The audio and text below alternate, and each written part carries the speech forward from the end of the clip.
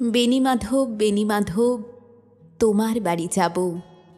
বেণীমাধব, তুমি কি আর আমার কথা ভাবো?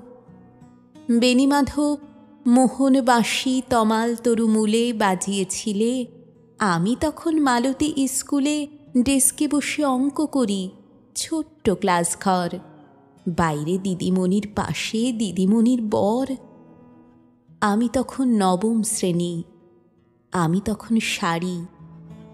আলাপ হলো বেণীমাধব, সুলেখাদের বাড়ি।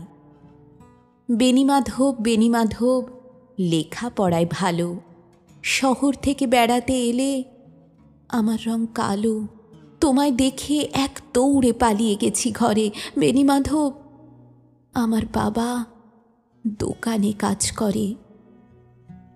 কুঞ্জে অলি গুঞ্জে তবু ফুটেছে মঞ্জরি, সন্ধেবেলা পড়তে বসে অঙ্কে ভুল করি। আমি তখন নবম শ্রেণী, আমি তখন 16। ব্রিজের ধারে বেণীমাধব লুকিয়ে দেখা হলো।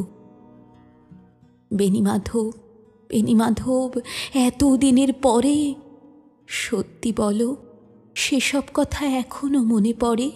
সেসব কথা বলেছ তুমি তোমার প্রেমিকাকে?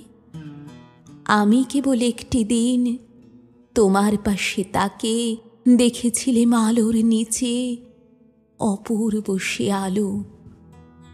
স্বীকার করি, দুজনকেই মানিয়েছিল ভালো।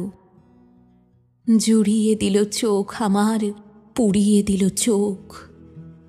বাড়িতে এসে বলেছিলাম ওদের ভালো হোক। রাতে এখন ঘুমোতে যাই একতলার ঘরে, মেঝের উপর বিছানা পাতা, জ্যোৎস্না এসে পড়ে।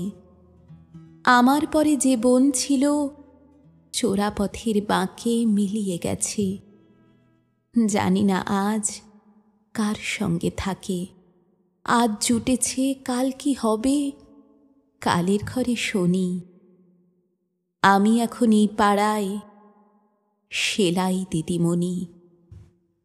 তবু আগুন, বেণীমাধব, আগুন জলে কই, কেমন হবে আমিও যদি নষ্ট মেয়ে হই?